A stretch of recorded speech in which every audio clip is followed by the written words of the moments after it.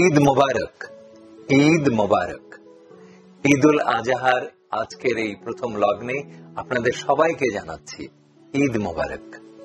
ঈদুল আজহা কোরবানির ঈদ, মানে বিলিয়ে দেওয়ার ঈদ। নিজেকে সম্পূর্ণ রকম ভাবে সমাজের জন্য, দেশের জন্য, প্রতিবেশীর জন্য, আত্মীয় অনাত্মীয়, বন্ধু শত্রু সবার মাঝে বিলিয়ে দেওয়ার দিন, সেটাই হলো ঈদ।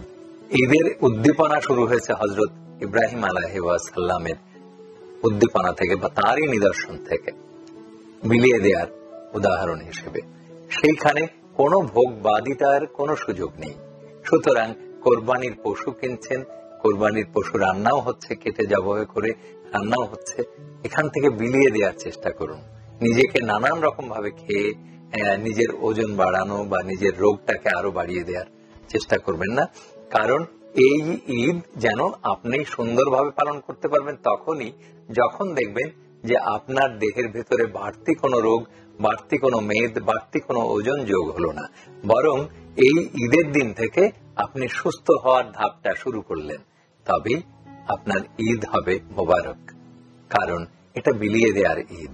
মহান আল্লাহ তাআলা ঘোষণা করেছেন যে তোমার কোরবানির পশুর রক্ত কিংবা মাংস কিছুই আমার কাছে পৌঁছায় না, বরং পৌঁছায় কোনটি?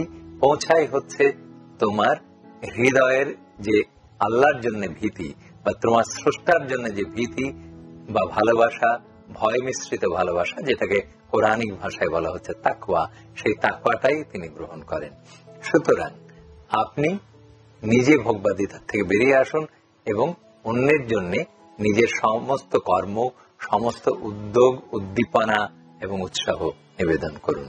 তবেই আপনার ঈদ হবে সফল। সবার জন্য আবারও ঈদ মোবারক।